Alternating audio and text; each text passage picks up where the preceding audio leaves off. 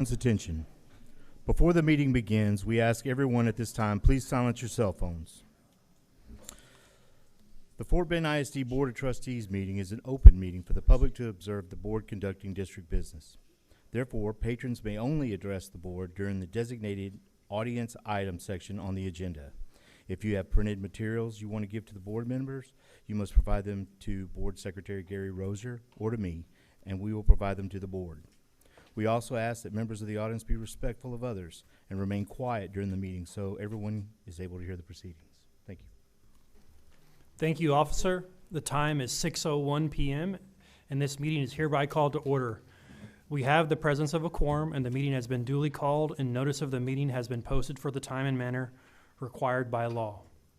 Please rise for the pledges of allegiance and remain standing for the silent invocation.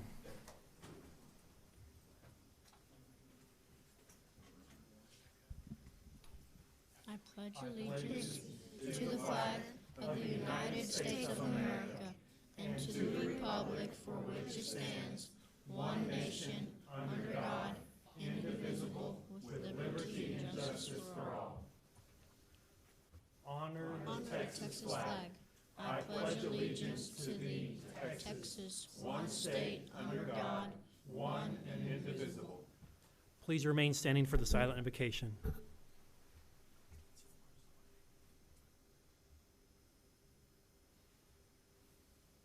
You may be seated.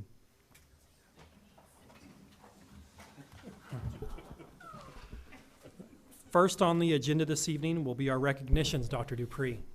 Thank you, Mr. President. If the board would join me on the floor in front of the dais, we will recognize many outstanding students and staff.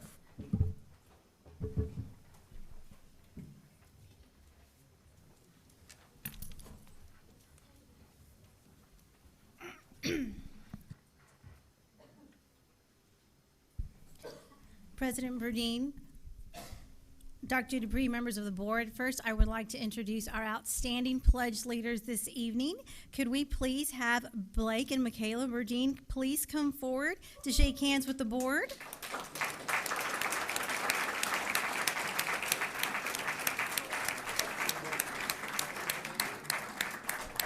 Mr. Blake is a third grade student at Madden Elementary, and Michaela is in kindergarten, and they're here as part of Board Appreciation Month, and they're both there.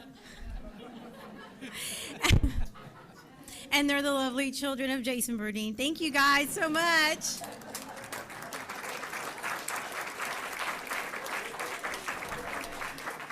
Good job, Christopher. Can I have the Burdines to please come forward, take a picture with the group? Thank you, Miss Michaela. Look right over here. Mr. Christopher is going to take your picture. 1, 2, 3. One more. 1, 2, 3. Awesome. Another round of applause. Thank you, guys.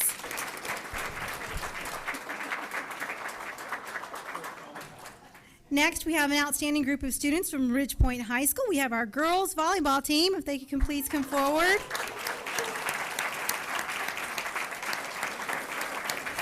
We have head coach Lauren Bailey, junior varsity coach Lindsay Gage, freshman coach Selena Munoz, players Reagan Rutherford, Randy Hemmings, Brittany Ong, Lindsay Ogle, junior Sienna Davis, Carly Jackson, and we're going to get together for a group picture too, guys. And I'd like to mention that they competed in the Texas State 6A volleyball tournament for the second year in a row, so congratulations to them. They finished the season in the semifinals in an exciting 5-set match. Good job, ladies.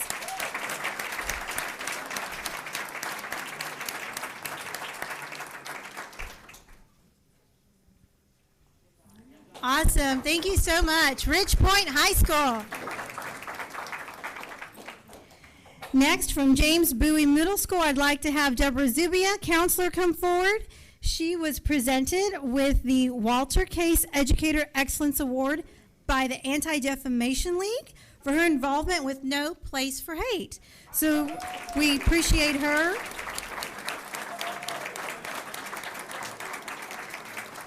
and she was selected for her outstanding efforts to create a school atmosphere that promotes respect and an understanding of diversity. Thank you for all you do for our students.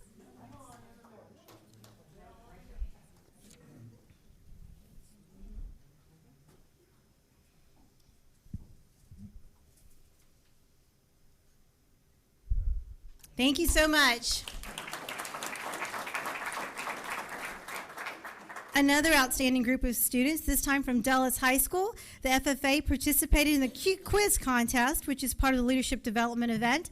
Representing Dulles High School, which placed 5th overall, we've got Tynan Weber, who also placed 4th highest in individual contest.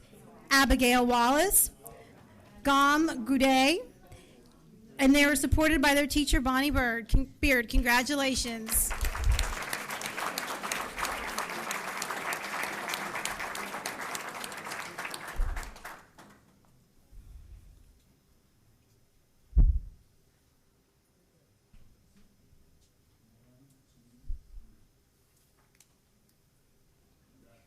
Great job, Dulles. Thank you.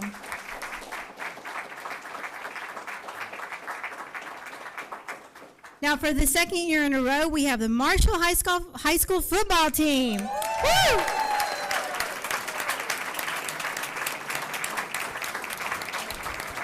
We have Coach James Williams, team captains Larry Moore, Warren Robinson, and Quincy Blair. Outstanding group of students here. They competed in the Texas State 5A championship game, and they finished the season as the Texas State 5A division runner-up. Congratulations.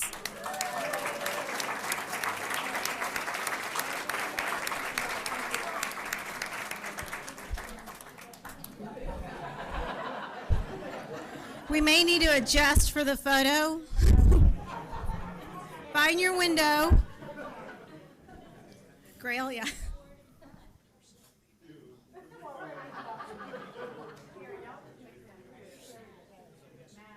There we go. Good job, Buffs.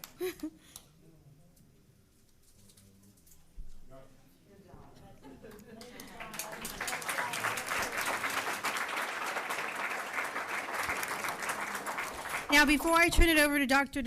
Dupree for School Board Recognition Month, we've got another group of students that are going to help us celebrate. January is Board Appreciation Month, and we've got a special gift for all of our board members. So first, I'd like to thank our outstanding teachers at the Reese Center who helped us put this project together. It was the AV production program, and they've got a little gift for you, so everyone's going to get one. But I'd first like to introduce our students. We've got, Diego Lopez, Justin Aguilar, and Brian Arias to come forward.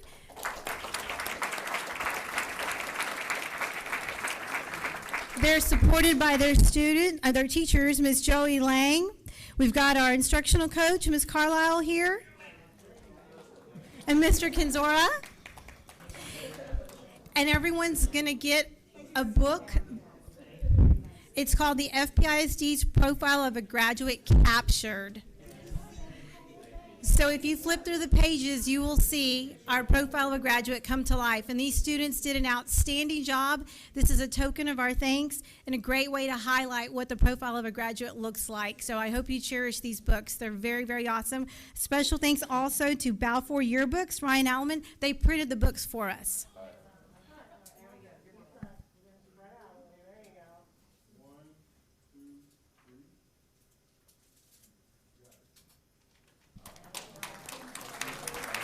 Thank you so much for all you've done. Dr. Dupree? As always, we like to take just a minute. I'm going to make a few remarks in a minute, but I would like to give the board members an opportunity to recognize any family or special friends they have here this evening, because our board members, we always like to remind everyone that they're volunteers in addition to living full lives as moms, dads, professionals, all the things that they do in a real life, but they invest hours after hours to serve this district, and their family members invest a lot of time, blood, sweat, and tears right along with them. So I would like to pass the mic down the row and let the board members recognize any family member or special friends they have this evening. Thank you.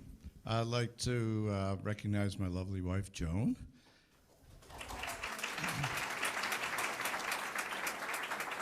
I I was hoping to have my 95-year-old mother come tonight. We celebrated her birthday all weekend, so she's still zonked out, and so are we. But that didn't happen. But I also like to just thank the community and whoever else and staff and whatnot for coming and saying thank you. And I'm not sure. Oh, there he is. I'd like to recognize my husband, Jim Drew.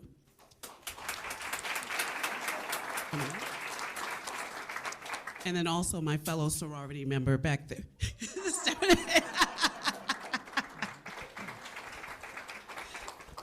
Thank you, Mrs. Drew. I would like to thank my beautiful wife, Andrea.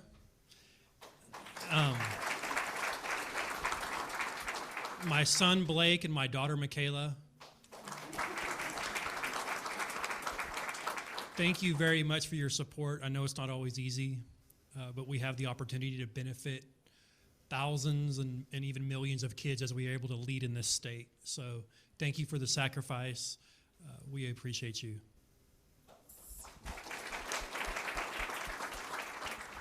And I have with me my mother, Nadine, and my wonderful and very supportive husband, Shannon, and two of my three girls who are still in Fort Bend ISD, my youngest, Hannah,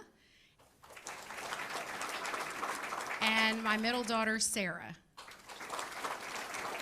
I appreciate them being along the ride with me and for giving up mom time. So thank you.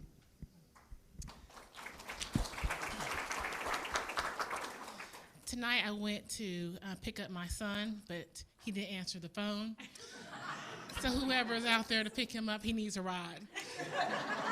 But I'd just like to thank all the community members and everyone for all the support. And I'd like to especially thank my friends that are here tonight, Shelly Jones and Shauna Curry.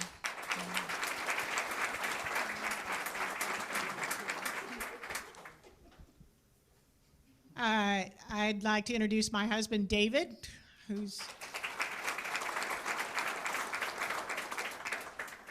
sweated with me through nearly 8 years of dedicated community service, and he just assumes he has his Monday nights free because he assumes that I'll be here. So thank you, David, for enabling me to be able to do this, and all the time that that you've given up with me to let me serve. So I appreciate that very much. I also want to say thank you to all the staff and my friends and members from the community that came to the reception tonight. I was really blown away by the number of people who came up and said thank you. So I appreciate that very much. There were a lot of staff members and there were a lot of my friends from the community. So thank you to the communications team for getting the word out, and it made me feel very special. So thank you very much.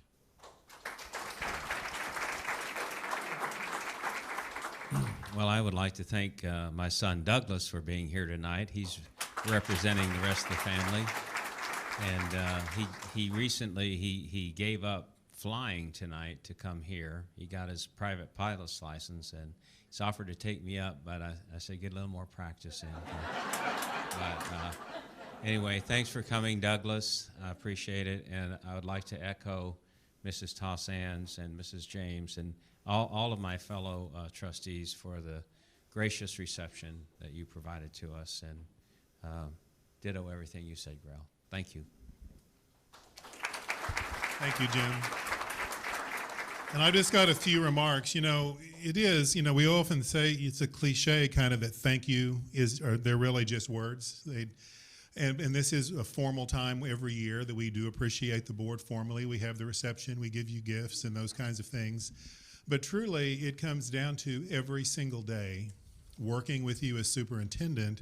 The way I like to say thank you most is being able to honor the work that you do, the mission and the vision that you do, that you set forth. And that's what this team of leaders, our E-team, and our principals and all the executives in this building, that's how we want to say thank you every day, is making progress toward your vision that you have set forth very, very clearly for us. And in a minute, we're going to hear a report on strategy and budget. And I'm excited about that because this year, more than ever, it truly ties together everything that you have been working for as a team for so many years. And we've been working together now with me and this board in our 7th year together. Few personnel changes along the way, me not being one of them. But the board collective has done an amazing job of really casting a strong vision and leading well in this district. As an example, I thought it was a great time to name a few important things that your vision has led us to.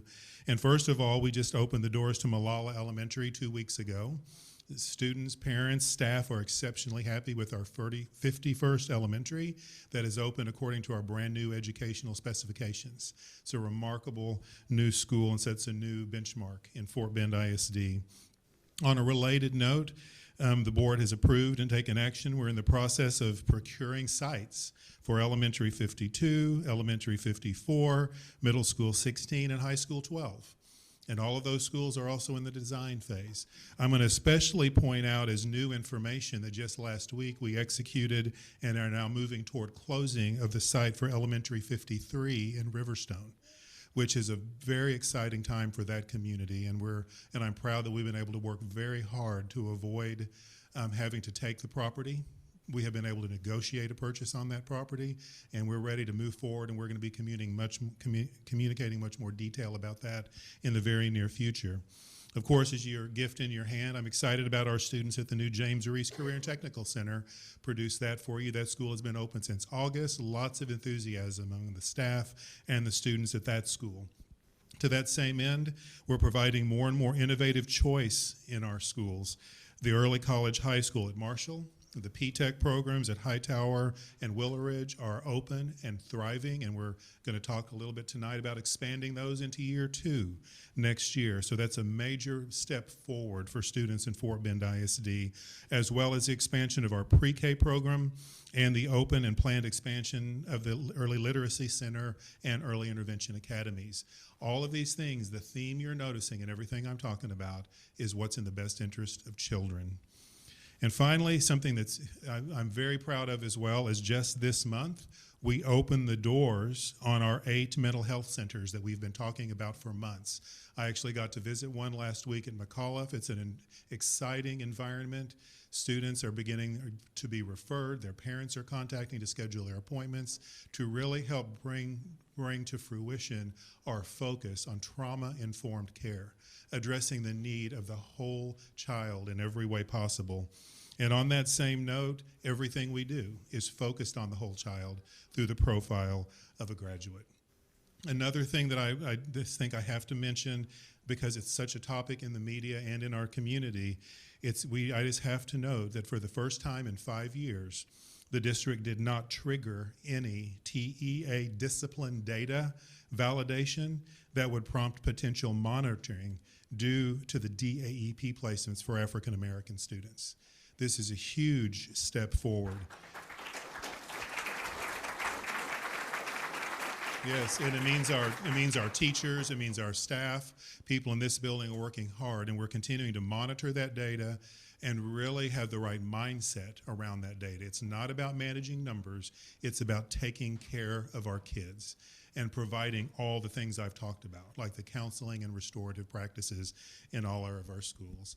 So that's a long list, but I thought it was important to acknowledge those things as an extension of your work and as an extension of your mission and vision for this district. So as superintendent, I want to say again, formally and personally, thank you for being amazing teammates each and every day. We will go back and forth on issues. We don't always agree on everything, but we know how to get to the heart of the issue and solve problems together. And that means the world to me as a leader in this district, and it sets a strong tone for this staff and for this community. So thank you for all you do, for the sacrifices you make, for the love you bring to your job, for the passion, the zeal, and dedication you bring to Fort Bend ISD.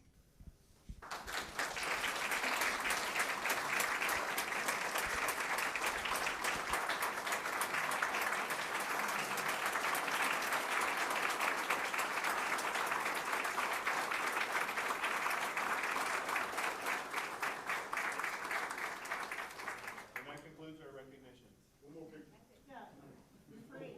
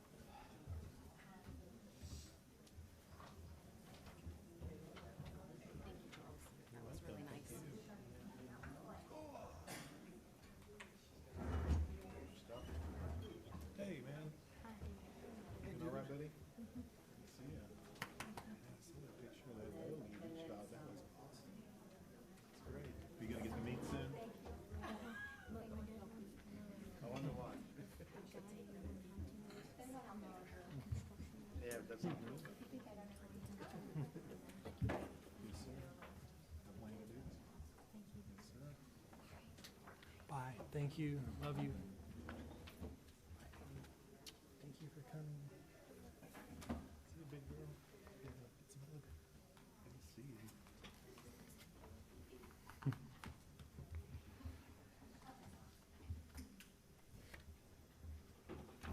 All right.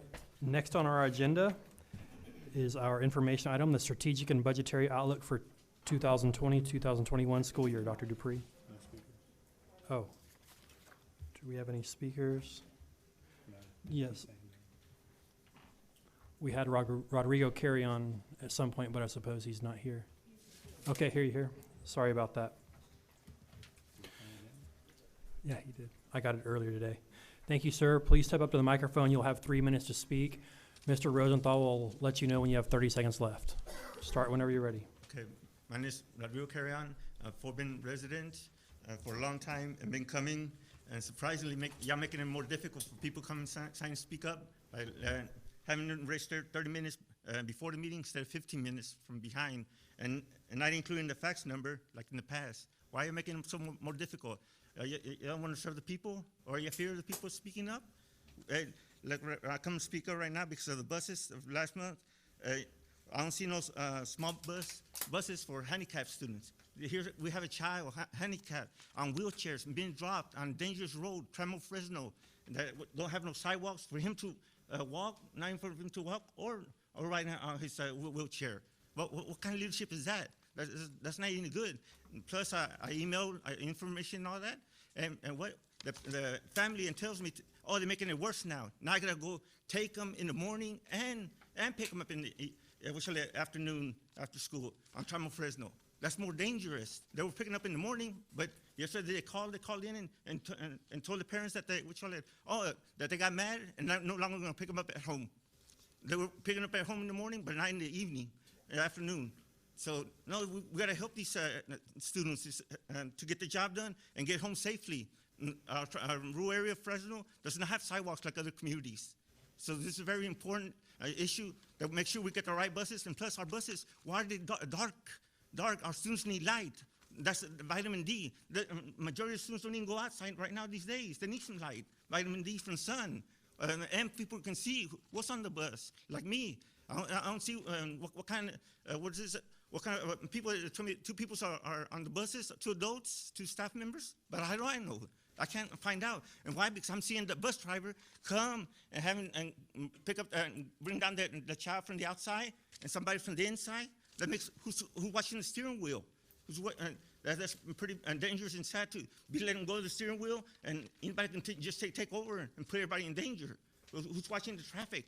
We need to make sure our students get safe. Okay, so hopefully I get this solved with this parents and other ones somewhere else. It's probably just one, but many more places to go. Okay, so I appreciate if you get the job done correctly. Thank you. Thank you, Mr. Carry-On. Next is our information item, the strategic and budgetary outlook for 2020-2021 school year. Dr. Dupree. Yes, sir. It's that time of year where we begin projecting out for the next school year. This year, you're going to see it's a little different type of presentation because we're really being much more dedicated to driving the budget through strategy, which has always been our goal. But now that we've really done a good job of aligning measurable outcomes, we're able to really tie it all together in a much more strategic way. So I'm going to turn the program over to our Deputy, Deanna Saavedra, and our Chief Financial Officer, Brian Gwynn, to kind of lead you through the presentation. Thank you, Dr. Dupree, and good evening, President Burdine and Board of Trustees. As Dr. Dupree indicated, this evening we're going to be sharing all of the work that the staff has done collaboratively to really budget a plan. We're going to begin by just providing you a short overview of the strategic planning process. We'll transition to talk to you specifically about our strategic priorities, and then I'll hand the presentation over to Mr. Brian Gwynn, who will round us out by sharing all of the financial planning that we've done to get us to this point. All of you are familiar with the graph on the screen associated with our strategic framework, and this really has allowed us to, as we discussed at the last board meeting, to align the work in the boardroom all the way to the work that's happening day to day in the classroom. And specifically, We began our strategic planning process in the fall of 2019. In the spring of 2019. The board approved the strategic planning process, or the strategic plan in the spring of 2019. And with that strategic plan are associated we listed a number of milestones that we were trying to hit as a district over the next 5 years. Specifically, we wanted to hit strategic milestones associated with student-centered curriculum, closing gaps with some of our student achievement, professional learning communities, and continuing to build on that practice, moving closer to impact teams. Instructional enrichment programs and development of those programs, safe and secure schools, and then collaborative communities. So as I work through the strategic priorities, you're going to see the connections of those priorities to the milestones that are outlined in the strategic plan. So as you look at the screen in front of you and you see that dollar amount, $21.1 million, Mr. Gwynn will be talking to you specifically about how the budget will sustain that dollar amount, but as we work through our strategic priorities, that is the dollar amount that we'll invest to work through those priorities. We're going to begin, I want to share these priorities. First of all, those priorities that have impacted our systems and that will allow us to improve our systems. The first of which is collaborative communities. The district or the board has created specific goals associated with partnering with our community. And so as we work through collaborative communities, we're continuing to build out that department and hire staff so that we can continue the strategic work associated with that. Specifically, we want to begin creating exemplar partnerships in every feeder pattern. In addition to expanding our mentor program, we have a lot of student mentoring going on in our school district. A lot of that is through internal mentors. We want to expand that to include external mentors as well. We've been working over the course of the last 2 years to develop our community-based accountability system. In order to continue that work, we need to continue to invest in that process. And really specifically, as we look at 2021, our investment will be in creating a process and a system that will allow us to signal and report out our accounting. Thirdly, cybersecurity. With Senate Bill 820, the state is now requiring us to adopt a policy and implement systems associated with cybersecurity. So to implement those systems with fidelity, we're going to need to purchase tools and possibly staff so that we can implement that and meet the letter of the law associated with cybersecurity. Next, we want to discuss those programs that are foundational to our students. That means, what do our students need in place in order to secure their success as they matriculate through our system, and what learning opportunities do we want to provide them so that we can enrich their experience while they're in Fort Bend ISD. Specifically, full-day pre-K, Dr. Dupree mentioned that as he was recognizing the board. We are implementing full-day pre-K this year for the first time. We'll continue to expand full-day pre-K. With that expansion, we'll need additional staff, additional instructional resources, and building modifications to ensure that we have classrooms to outfit and that are appropriate for our pre-K students. In addition to that, we've discussed on a number of occasions in the boardroom the desire for dual language. We currently adhere to an early exit bilingual program, which research says is not the optimal program. So we will begin to transition from the early exit to dual language so our students become biliterate and bicultural and retain their home language while they're transitioning and becoming proficient in English. We will launch dual language in 2021 with pre-K and kinder at all 10 of our bilingual campuses, and it will be a one-way dual language program to begin with. Year over year, we'll begin to increase the cohort as they matriculate through, so it will be a phase-in approach for our dual language programs. Something that's really exciting, our staff has been working for a number of months with the Willow Ridge and Marshall communities to explore a number of different innovative programming options to increase the enrollment at both of those campuses and to provide additional opportunities throughout the feeder pattern for our students. At the high school level, some additional course offerings that will be available to students at both Marshall and Willow Ridge are technical theater, American Sign Language. At Marshall, we discussed in last week's board meeting the piano tech program. We'll also be adding modern band, architecture, engineering, and construction as well. Some enrichment opportunities that will be afforded to our elementary students are we will be continuing our Houston Youth Symphony Coda String project, which will expand to 2 additional elementaries in our Marshall feeder pattern. Micro Society at our elementaries in the Willow Ridge feeder pattern, and then STEM course opportunities across all of our elementary schools.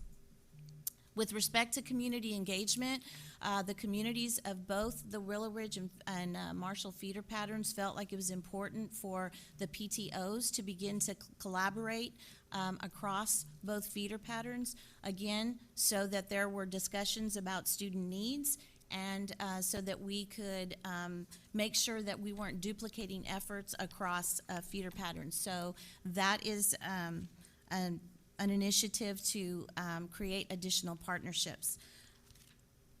As we move on to student programs of choice, we currently have a number of programs of choice that are already in action and have been launched in Fort Bend ISD, specifically our Early Literacy Center. We've seen some great results and great progress at the Early Literacy Center, which we launched a year and a half ago in the Willow Ridge feeder pattern. We're going to continue with that same model and expand that to the Marshall feeder pattern. Again, that'll focus on developing strong literacy and numeracy skills in our highest needs feeder pattern, Willow Ridge and Marshall. We're going to continue with our Early Intervention Academy. We launched that when we launched our Early Literacy Center. And we'll continue to expand that with adding 2 5-year-old classrooms in year 3 of that model. And we'll be relocating that program to a more central campus location, which is something that the parents have requested. And then thirdly, we're going to continue to expand our early college, high school, and P-TECH programs. We launched year 1 this year. It's going very successfully. We will accept a new cohort in year 2. That will require additional staff, additional resources, and some additional technology to prepare students for some of the upper level coursework that they'll begin to engage in.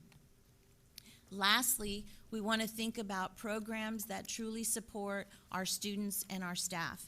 Something that we know is that as we continue to work through our instructional goals, if you remember, we created progressions of practice associated with student ownership of learning, with formative assessment, and with developing our PLC protocols, our professional learning community protocols. So as we look at what our staff needs in order to develop the skills to deliver on that, we know that we will need to incorporate planning time for teachers. They've been asking for it for a number of years.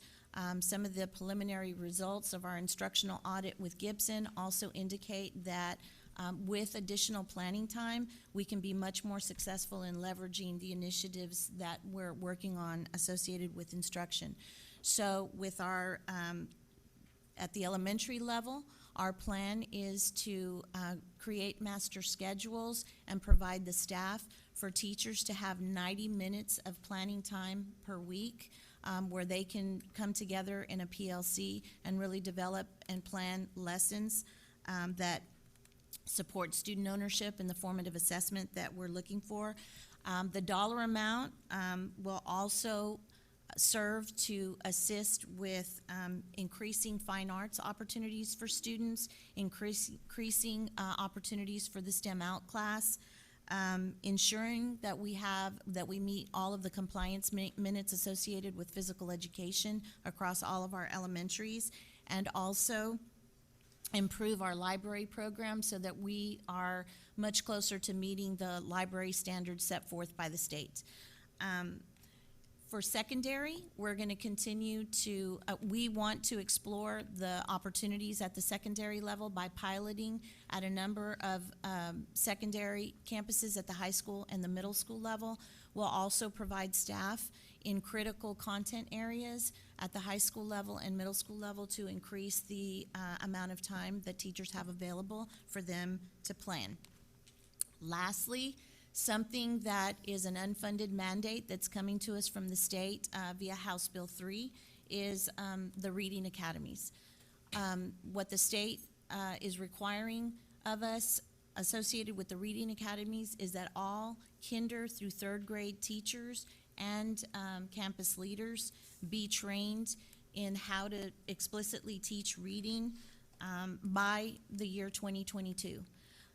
They've not provided any funds for us to manage that as a school district, so we will need additional staff to provide not only face-to-face training, but also job-embedded training, and then staff to track the hours and all of the administrative pieces associated with the Reading Academies. Now, this truly is a benefit. We hope to see our teachers become much more skilled in teaching reading, especially in the early literacy years. However, it is a heavy lift for us in terms of our budget. So that really rounds out some of the major priorities that we're looking to fund in the budget. With that, I will take questions, or we can continue with the presentation through the budget process and then take questions at the end. Thank you, Dr. Saavedra. We're going to go ahead and make a few comments and questions while we're here. So, Mr. Rosenthal. Thank you, sir. Thank you, Deanna. That was excellent. I appreciate, I think the format of going through these initiatives and then tying it to the budget is really helpful to me. So thank you. I'll touch on this first. You touched on it at the end because you mentioned about the Reading Academies and how it's an unfunded mandate. When I read through this, whatever it was, 20-page summary, it was 20 pages, 19, I'm sorry. There were several of those, right? That was not the only one, correct? There was that one, I think the cybersecurity. Cybersecurity, yes, sir. And was there one other one maybe? Those two are okay. coming directly from this last legislative session. Kind of, yeah. Yeah. Well, yeah, pre-K. Okay.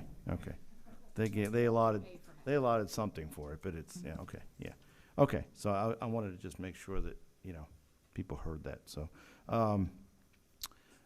The secondary teacher planning time, I know that things have changed over the years because for a while there was, teachers had like one period and then they had a couple periods and then we kind of went back to one period. Is that correct? Okay, so now we're kind of exploring maybe something in between. Well, really what we're looking at is what staff do we need to add so that we can create a strategic master schedule that guarantees teachers 90 minutes of planning time at a minimum per week. Okay, so that's and on that's top really of what their, we're looking at. Okay, okay, so that would be on top of their planning period per day or whatever. Okay, okay, great. Okay, and then on the collaborative communities, this is something that we've talked about. One of the things that needs to be in there is when we're dealing with all these community partners, there needs to be accountability associated with that, right? And so I know we've talked about didn't we actually address that recently in one of the policies? So I just wanted to make sure that everybody understands that piece has to be there so that we know what some of our community partners are actually doing. We know if they're being successful because we're spending money on it. So, can I speak to that? Sure. So I think the board approved that policy, I think last June, and since that time, Dr. Indelicato has been working. He's hired an executive director, and what they've spent the whole year doing is building out what collaborative communities is going to look like, the procedures, potentially a new policy or so to support it even more. But what you've described is exactly what we're going for, a strong accountability, mutual accountability Right. from community to district Right. and vice versa. Right, great, Yes, sir. thank you. And then, I'm very happy to see, some of the new programming, especially my favorite, Micro Society. So that's great. I wish it was also going into the Marshall feeder pattern as well, so hopefully that will expand, okay? So we'll work the kinks out first, see? So I'm thrilled that we're bringing that in, because I mean, I saw that in action in Kingsville, and I just thought that was amazing. It really, I mean, those kids were, it was hard to believe they were elementary students, it really was. I'm glad to see we're bringing the Coda Strings project into Marshall as well, so that's good. So, thank you again for that summary. It's a perfect tie-in into the budget, so thank you. Thank you, Mr. Rosenthal. Mrs. Tolsan? Thank you. So I'm going to piggyback on that a little bit because I love that we're offering more opportunities for our students, more choice opportunities that can be geared towards their individual interests. And I especially like that we're doing it at the elementary school level. I will echo that I would love to see the Micro Society expanded. I'm sure we would all love that. I know we have a budget, but that's a very exciting thing, and I would like to see that expanded too.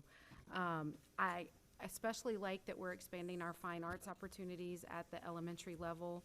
I think I said to Mr. Drew this week that I think every single child should have music education of some form, because we all know what all the studies say about cognitive development, and so music needs to touch every student. So I'm really glad that we're expanding that, and I hope that we really monitor that for fidelity to make sure that the kids really are getting that. One of the things I just wanted to kind of maybe put out there is I heard you say something about PE as well, and we've talked a lot in here about making sure that our elementary students are getting enough recess time. And so I know that that's not necessarily it does impact budget, but I just want to make sure that we're not pulling back on that in any way, and just to make sure that our kids at the elementary level are getting that downtime, because we talk about these mental health clinics that we have going in, and frankly, for our elementary kids, that's a mental health break. So we need to make sure that they continue to get that. So I just kind of made a note about that. So you said we were going to pilot the giving secondary, if I heard you correctly, we're going to pilot at the secondary level giving that planning time. Is that at some campuses? I mean, first of all, is that what you said? Did I hear you correctly? Right. Well, the pilot is really more of a master schedule pilot, so that we can look at strategically master scheduling, in addition to adding staff in critical content areas to make sure that in areas where we know that our students struggle the most, and also areas associated with accountability, that we begin affording the planning time in those areas as we scale up over the next 3 years, so that we have it across all secondary campuses. So in secondary, we're looking at targeting specific content areas. Is that what I'm hearing? Early on. Let me speak to that, because I'm just going to tell you, this whole topic is one that's a high priority for me personally, and I know it's important to the board, and it's exceptionally important to our staff, because all the most important outcry I hear from teachers is they need time to execute the work we're asking them to do. So that's the driver behind that big rock you see. Of course, as Deanna mentioned, there's a lot of benefit to, especially at the elementary level, in regard to PE, music, and those things. So we believe it's going to solve a lot of problems, but you can see it's also a major investment. The full investment, just the preliminary calculation to solve the problem at our high schools with a broad brush would be about another $6 or $7 million, if not more. Okay. And so budgetarily, we realize we have to do it strategically. We just can't take and put $12 or $13 million into that one thing and address anything else on that list. So I mean, as you're going to hear from Brian, we're going to be prioritizing many of these things, and we may bring more secondary, But the end game truly just, I mean, to cut to the chase in my view, is we want to get all of our high schools and middle schools to full block scheduling. Yeah. We know it's perhaps the most expensive model, but we also know it provides more student choice and more student opportunities. It provides teachers the time they need. It solves a lot of problems and makes the system more robust for all students. But there's a steep price to pay for it. So we're in the, now that we have a good strategic plan, we're trying to make sure we're being very thoughtful about how we would implement any of these things with the mindset that the task I've given staff is to don't come with solutions based on what the budget can bear. Bring the ideal solution, and then we will budget and figure out how to implement it and make the sacrifices and decisions we need to make over time. So that's why we're piloting at the secondary. We know what we need to do, but we also know we need to pilot it and test it and really refine it, and then build the budget over a 2 or 3 year window to get it to full effect. So thank you for that explanation. And I you know, other board members can speak for themselves, but I know this board has talked a while, just like you said, about this being an important thing for us. So I wholeheartedly support that. To me, it's one of the #1 things we need to do for our teachers, because it doesn't just help teachers, it helps students. So I think we've done a good job of trying to build in professional learning opportunities within the school year, and to build in some of those breaks for teachers as well as students. But I agree that this is a high priority. Have we looked into grants or other ways to get something like this funded? I mean, I don't know that there's anything out there, but as we're getting creative, I guess maybe that's a question for Mr. Gwynn, or you know, I mean, is there not some way we can get creative with our funding? Because this is really just that important to try to get this done for our teachers. But I will say thank you for making it a priority. And, you know, I kind of feel, I feel like that, you know, redoing how we, especially high school scheduling, is going to help with a lot of our issues that we're seeing, especially as our district grows. I've said that before. This is not, you know, not new coming from me, but I really feel like it's going to help with choice, and it's going to help with maybe some of that planning time as well. So, you know, the sooner we can make that happen, I think the better for everybody involved. So thanks for working on it. My last question is, okay, you talked about the mandate, which I know is in House Bill 3, the reading academies, so to speak, which just means we need all of our teachers prepared to teach reading. Is it K3? K3. I would just like to ask, I mean, you said this is a heavy lift for us. And it's a little surprising for me, but I'm not in education. It seems to me that a lot of our teachers would be prepared already to do that, because those are the critical years that our kids are learning to read. And the past couple of years, we have come to discover that a lot of our kids and some of our feeder patterns aren't reading, and that's where the crux of our problem. So I guess it raises little alarms for me when I hear that a lot of our teachers aren't prepared already to teach that. So I don't know if that's a question, but I just wanted to put that out there, that it comes as a little bit of a surprise to me that our teachers aren't prepared to do that already. Well, I would say that our teachers are prepared. The content for the reading academies is going to be specific, and something that's going to come specifically from TEA. In addition to that, it's going to require an additional 10 days of training for every teacher and every leader, elementary campus leader. In addition to the content. Time, content, administrative tracking of all of the information. And so I would say that it's going to be a supplement and support for what our teachers already know. But it is going to be very specialized and specific based on the content that we receive from TEA. How does it relate to our reading academy? Our literacy center? Like, is it on the level that those teachers are prepared for and teaching at the moment, or is it different? It wouldn't be different. Okay, so, and the reason I asked that is because we wanted to expand the literacy center, and, yeah, I mean, maybe, you know, I don't know, maybe this is gonna help us do that. I'm not in the field, so I don't wanna speak out of turn, but, It is a good thing. It's just, It's just we have to pay for it. Mhm. I get it. So I'm not for unfunded mandates, but as we all know, I've advocated for the ones that I think really help kids, so I'm glad we can really help kids. So. and then it's a short time frame for us to get that many, for districts as large as ours, the amount of time that we have to do it in and sweep all teachers to go through the academy one time and then make sure that all new and incoming teachers go through it. That's the heavy lift that comes with some of that. And I would add too, I mean, over time, we expect, once we get through the initial pass, then it's gonna go to fourth and fifth as well. Yeah.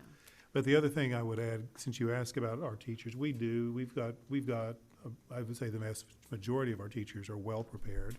But, you know, in a district this size, not all the teachers are going to be. But the commissioner, you know, and this is one of those of truly building the plane while we're flying it, because TEA is making up the rules as it's being implemented. So, I mean, the commissioner has talked openly about there may be a mechanism for teachers who can kind of pass a test, if you will, to not have to do all the training.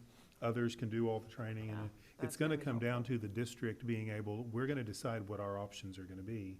But no matter what, there's gonna be monitoring of outcomes and all of those things. So it's gonna be very robust. It's been very carefully designed, and it is gonna be carefully mandated by TEA and monitored with what we do. But our goal, by setting up our own training cohort, as you will, because a lot of districts are just gonna go buy the service from some of the providers that TEA is putting out there at a per seat cost. But we felt like if we have to do it and we've got to pay for it, we need to make it something that is for our teachers, for our district, based on our mission and vision.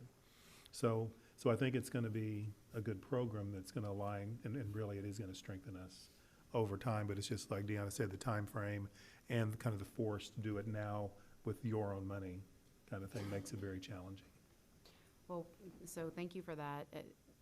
While I don't support the unfunded mandates, I do support at least the level of awareness, because this is part of our mission. I mean, this is something we've already done here. So to the extent we can expand the early literacy concepts, at least, I'm 100% on board with that. So thank you. Thank you, Mrs. Towson. Mrs. James?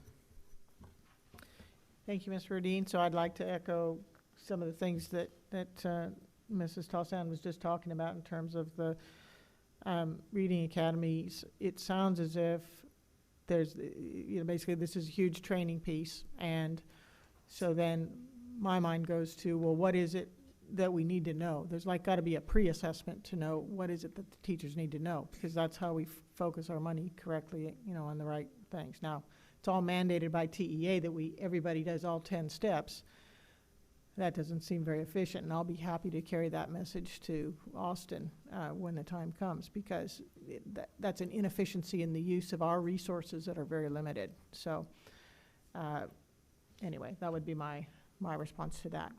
I also want to echo my colleagues' comments on the innovative programming and the programs of choice that you talked about, Ms. Saavedra, because I really like some of the options that are here and that you guys are proposing. I think that's really exciting. And, you know, as we work, we have these things on our, you know, they come as priorities because they help students get engaged in school, and they give students opportunities during school and after, and when they finish their time with us. And so just keeping that in mind as we're looking at where our priorities are, I think that's really good. And you know, micro-societies, we've been talking about that for I don't know how long, so that's a little bit of plug there. I guess the other thing, when we were, my colleagues were also talking about the planning time. As the board is, and the staff is working towards a model where we're really pushing differentiated learning, that planning time is really, really important. And I recognize that, because You know, we've heard it talked about in the SPED with the co-teach model. We've heard it, you know, and I know there's some effort there to align those planning times, and we talked about master scheduling to make that work. But as the students are owning their own learning and there's a whole differentiated environment, then the planning time becomes really, really key, and it's got to be really quality. And 30 minutes at a pop is not enough to get yourself mentally into figuring something out or being creative or any of those things that we want our teachers to do. So I like that concept that you're going to try out, and be interested to see how it goes. So those are my comments on those things. I did have one question. If you could elaborate a little bit about the dual language program, and you said you described it as a one-way program, so if you could explain what that is, and then how it changes from what we have now and what's in policy to what you're proposing. And I assume there's a policy change that goes with that, so I'd like to hear about that too. Yes, there will be a policy change associated with that, because the current policy that we have in place associated with bilingual programs specifically notes that we adhere to an early exit. So we will need to add language about dual language in addition to, because our early exit will phase out as we bring in cohorts year over year. And so we won't shock the system by eliminating early exit. That would be detrimental to our kids and would really derail their transition from Spanish to English. So we'll phase that program out and launch the dual language program. What dual language one-way means is there's a one-way program and there's two-way. So we're going to initiate with one-way, and that means one-way language acquisition. So our students are all English language learners in the classroom, and they will retain their language while they're transitioning to English, so that by 3rd through 5th grade they've transitioned successfully and can listen, speak, read, write, and think in both languages, rather than leaving their home language and transitioning completely to English, which in many times what happens in an early exit program. So that's the difference between our current bilingual program and the dual language. And one way means that we'll be servicing all English language learners in the classroom. A two-way Can I interrupt you just a second just to clarify something? So in the dual language program, they're becoming literate in their home language, and then that helps them to learn and acquire English as in all the aspects that you described. Right. Mm-hmm. So becoming literate in their home language, where presumably that they've heard, ages 0 through 4, when they come to us, then they're first getting illiterate in that language. Right. Okay, got it. Mm-hmm. Okay, and then the two-way program is the alternative, and that is, can you explain what that is? So as we can launch our one